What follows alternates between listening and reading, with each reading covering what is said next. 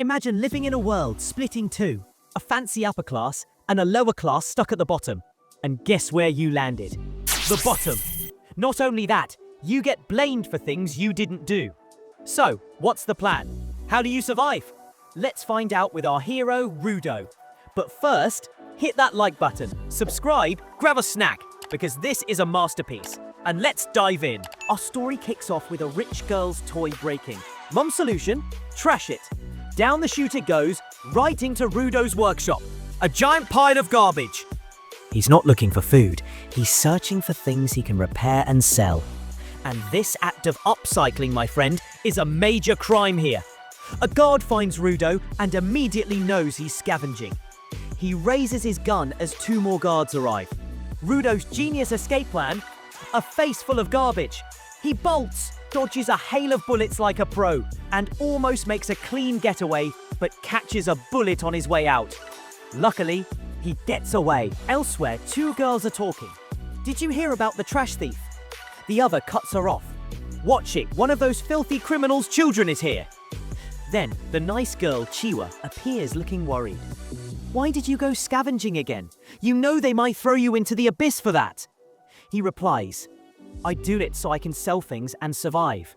Then the local welcoming committee arrives. So that's where the trash smell is from. Chiwa, get away from him so you don't catch something from those disgusting gloves. His friend kicks the lantern. No one's buying your garbage anyway. But Chiwa stands up to them.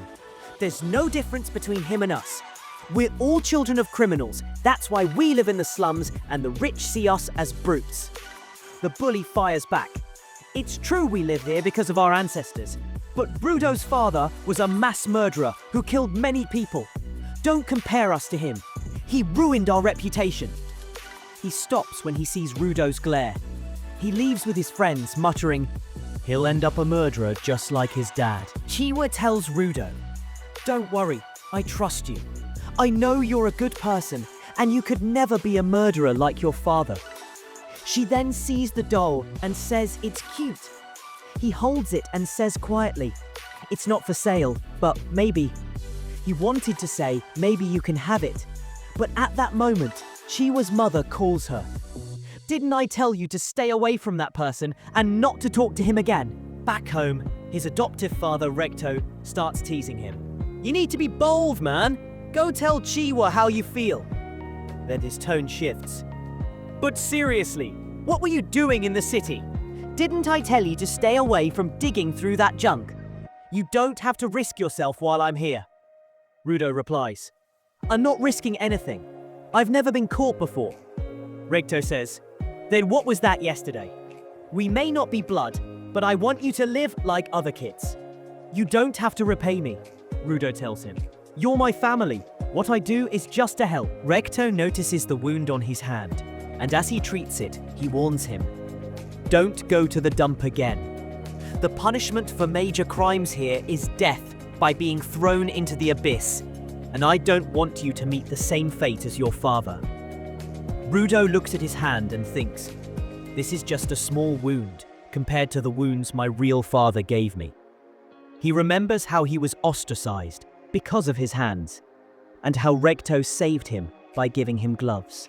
He feels he owes this man everything. The next day, Rudo is walking with the doll and sees a public trial for a criminal being sentenced to death in the abyss, where trash and criminals are thrown. People are gathered, waiting for the moment.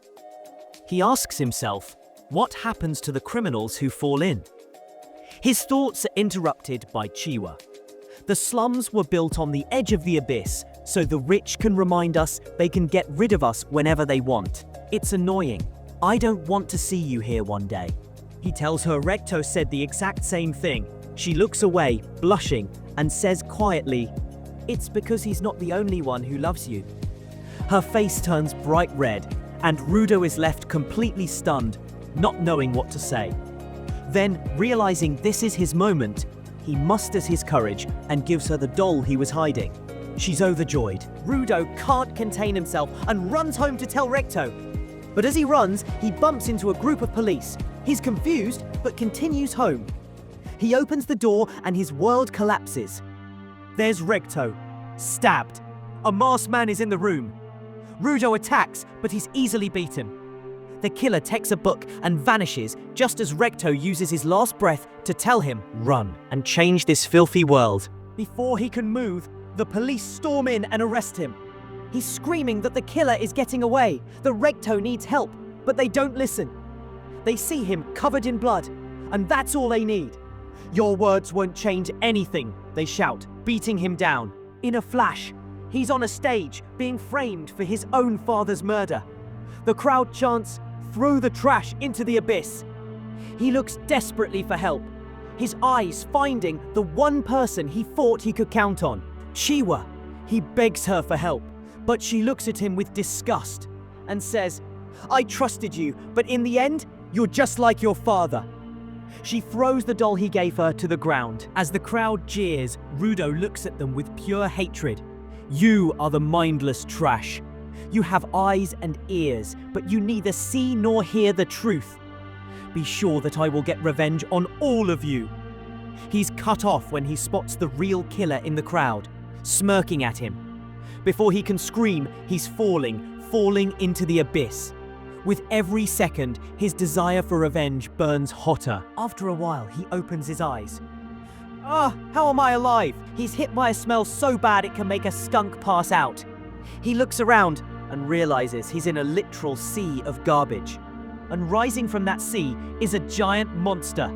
He realizes he's in hell. Framed, betrayed, and thrown into a living hell. Rudo's journey has just begun.